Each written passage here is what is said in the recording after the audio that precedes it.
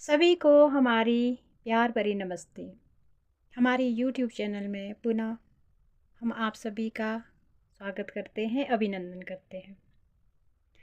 दोस्तों, कैसे हैं आप सभी?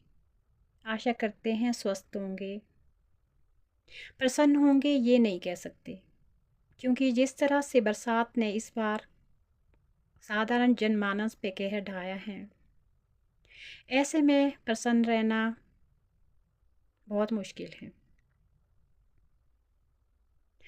एक बहुत लंबे अंतराल के बाद आप लोगों के समक्ष रूबरू होने का सुअवसर मिला है।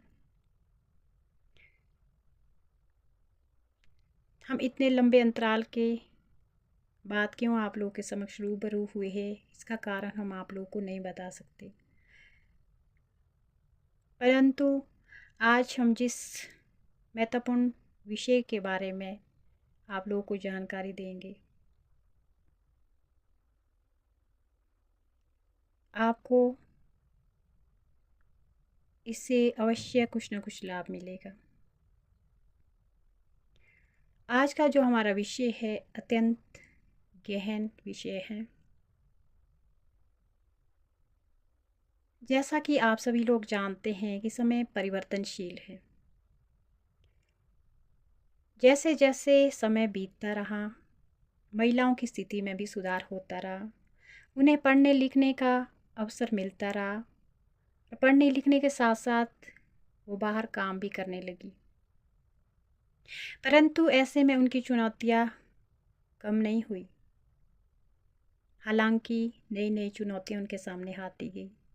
उनमें से एक चुनौती थी कार्यस्थल पर पुरुषों के द्वारा उनके ऊपर किया गया दुर्व्यवहार, वो अश्लील टिप्पणियाँ, वो चाहे मौखिक हो गैर मौखिक हो। ऐसे में बहुत सारी महिलाओं को विवश होकर अपना काम छोड़ना पड़ा या उनके अपनों द्वारा उन्हें काम छोड़ने के लिए मजबूर किया गया।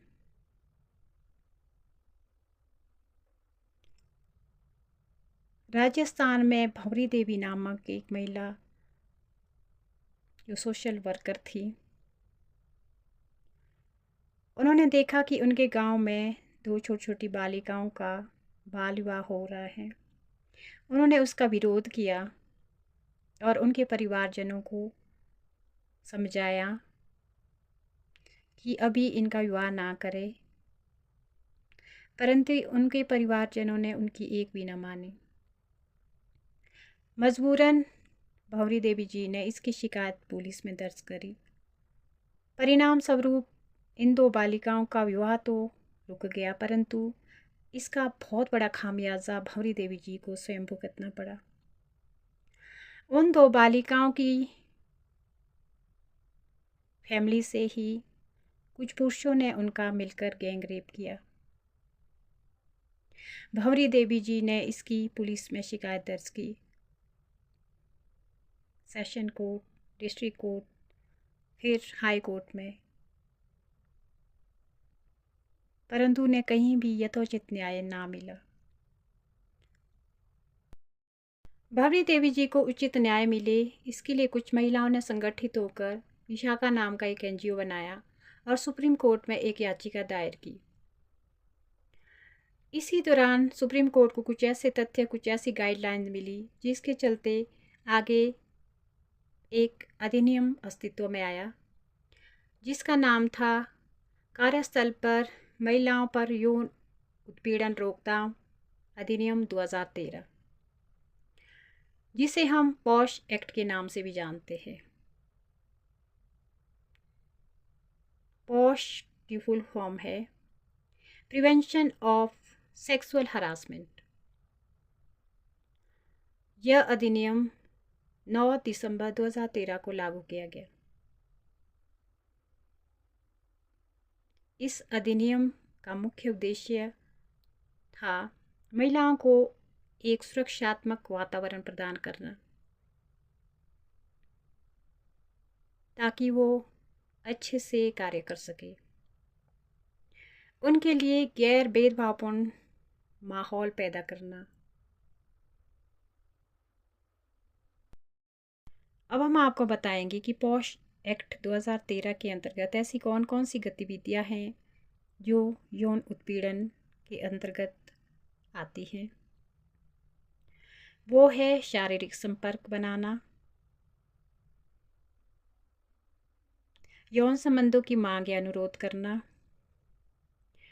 यौन संबंधी अश्लील टिप्पणियां करना, अश्लील साहित्य दिखाना, शारीरिक मौखिक या गैर मौखिक आचरण,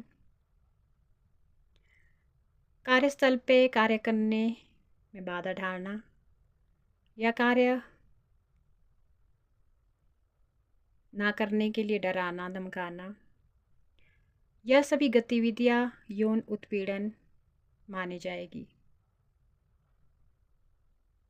और इसके लिए सज़ा का प्रावधान भी किया गया है।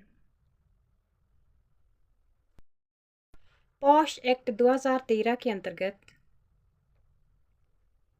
जिला स्तर पर, राज्य स्तर पर और केंद्रीय स्तर पर अलग अलग समितियां कार्य करेगी। केंद्रीय स्तर पर जो समिति होगी उसका नाम है national hub empowerment of women. State level पे जो समिति होगी उसका नाम है state hub empowerment of women और डिस्ट्रिक्ट लेवल पे जो समिति होगी उसका नाम है district hub empowerment of women. ये समितियां अब अपने स्तर पर कार्य करेगी। जब भी कोई पीड़िता कार्यस्थल पर हुए अत्याचारों के विरुद्ध शिकायत दर्ज करेगी तो पहले इंटरनल कमेटी अपना कार्य करेगी, उसके बाद इसे जिला स्तर पर भेज दिया जाएगा। जिला स्तर पर आने के बाद केस को पुलिस के स्पुर्द किया जाएगा। अगर कोई पीड़ित महिला शारीरिक व मानसिक रूप से शिकायत दर्ज करने में सक्षम नहीं है तो सेक्शन 9 में यह प्रावधान किया गया है कि उसके परिवारजनों में से कोई एक या कोई ऐसा सदस्य जो पीड़िता के साथ हुए इस दुराचार के बारे में जानता हो शिकायत दर्ज कर सकता है। इसी अधिनियम के सेक्शन नंबर 14 के अनुसार यह प्रावधान किया गया है कि अगर कोई महिला किसी पर झूठा आरोप लगवाती है या यह तय हो जाता है कि किसी ने झूठा आरोप लगवाया है तो उसे भी सज़ा का प्रावधान किया गया है। जो इंटरनल कमेटी बनाई गई है अगर उसमें कोई नियोक्ता इस अधिनियम की पालना नहीं करता है तो उसे 50,000 रुपये का जुर्माना भी लगाया जाएगा। पॉश एक्ट के अंतर्गत जो आरोपी होगा उसके लिए सज़ा का प्रावधान भी किया गया है जिसके तहत उसे 1 लाख रुपए तक का जुर्माना लगाया जा सकता है और 3 साल तक की कैद हो सकती है या दोनों हो सकते हैं। अगर आरोपी बार बार इस कार्य को करता है तो उसकी सज़ा दोगुनी कर दी जाएगी। ये था हमारा उद्देश्य कि इस एक्ट के बारे में थोड़ी सी जानकारी आप लोगों को दी जाए क्योंकि इस एक्ट के बारे में बहुत कम लोग जानते हैं। उम्मीद करते हैं कि थोड़ी बहुत जानकारी आप लोगों को अवश्य इस एक्ट के बारे में प्राप्त हुई होगी। धन्यवाद।